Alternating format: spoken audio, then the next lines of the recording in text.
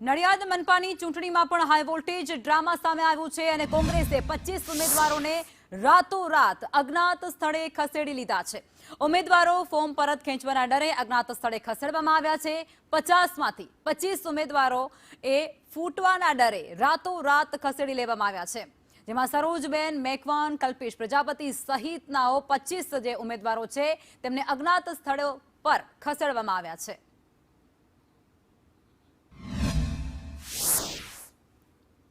આ તરફ પોરબંદર કોંગ્રેસના ઉમેદવારોને પણ અજ્ઞાત સ્થળે લઈ જવામાં આવ્યા છે। મનપાના 32 ઉમેદવારને અજ્ઞાત સ્થળે કોંગ્રેસે જવા દીધા છે।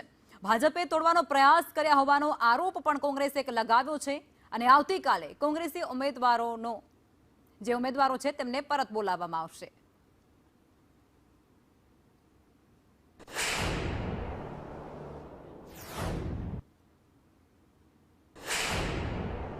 અત્યારે હાલમાં અમારા 32 જે કેન્ડિડેટ છે એને અમે સેફ જગ્યાએ ખસેડેલા છે અને અમને ક્યાંક ને ક્યાંક એવું લાગે છે કે અહીંયા લોકશાહીનું હનન થતું હોય અને ભારતીય જનતા પાર્ટી ક્યાંય માર્કેટની અંદર કોઈ વોર્ડની અંદર જઈ શકે એમ ન હોય અને હારની તરફ હોય ત્યારે આવો બધો ઉપયોગ કરી ના એક લોકશાહીનું હનન કરે એવું અમને ક્યાંક ને ક્યાંક દેખાય છે।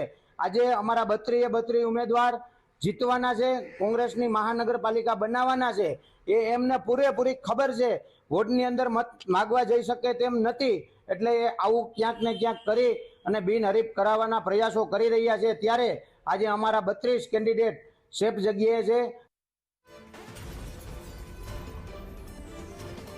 રાજ્યમાં સ્થાનિક સ્વરાજ્યની ચૂંટણીને લઈ અને માહોલ ગરમાઈ ચૂક્યો છે, રાજનીતિ એ ગરમાઈ ચૂકી છે।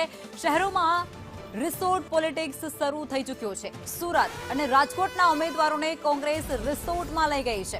સુરેન્દ્રનગર અને મોરબીમાં પણ રિસોર્ટમાં લઈ જવાયા છે। કોંગ્રેસી ઉમેદવારોને ભારતીય જનતા પાર્ટી ન તોડે તે માટે કોંગ્રેસ દ્વારા તેમને રિસોર્ટમાં લઈ જવામાં આવ્યા છે, ફાર્મ હાઉસમાં લઈ જવા પડી રહ્યા છે। ઉમેદવારોને અજ્ઞાત સ્થળે ખસેડ્યા છે અને આ જ મુદ્દે અમારા સંવાદદાતા નિર્મલ દવે જે અમારી સાથે લાઈવ જોડાઈ ચૂક્યા છે।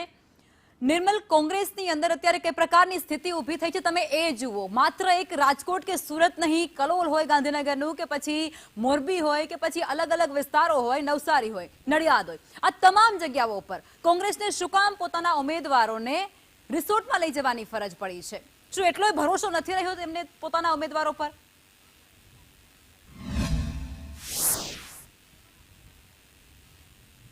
જો આ રિસોર્ટ પોલિટિક્સ એ પહેલી વખત થઈ રહ્યું છે એવું નથી। અગાઉ વર્ષ 2017ની ચૂંટણી હોય, એ વિધાનસભાની ચૂંટણીની વાત કરીએ કે એના પછી રાજ્યસભાની ચૂંટણીની વાત કરવામાં આવે, રાજ્યસભાની ચૂંટણી વખતે તો ધારાસભ્યોને પણ રિસોર્ટમાં લઈ જવાની કોંગ્રેસને ફરજ પડી હતી।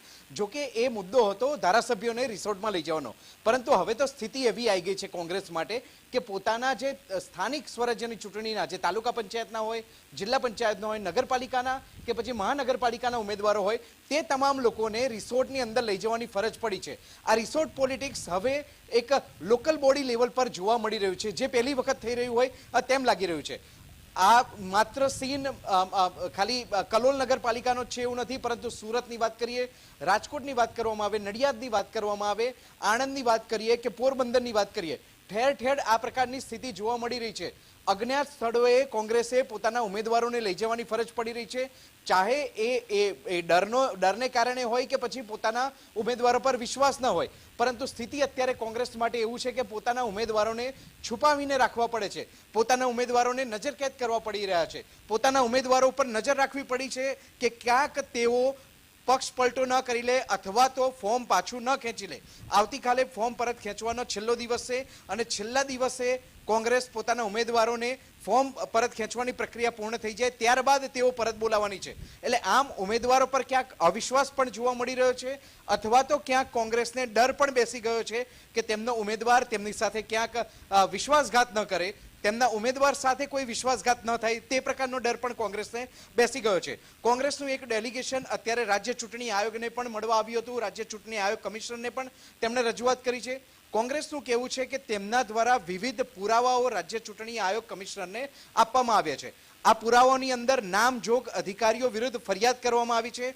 કોંગ્રેસની માંગ છે કે આવતીકાલ સુધીમાં આ તમામ જે અધિકારીઓ કે જેમની સામે નામજોગ ફરિયાદ કરવામાં આવી છે તે તમામ અધિકારીઓ સામે કાર્યવાહી કરવામાં આવે. પરંતુ કોંગ્રેસને અત્યારે ડર પેસી ગયો છે પોતાના ઉમેદવારોને લઈને. કોંગ્રેસને અત્યારે અવિશ્વાસ બેસી ગયો છે પોતાના ઉમેદવારોને લઈને.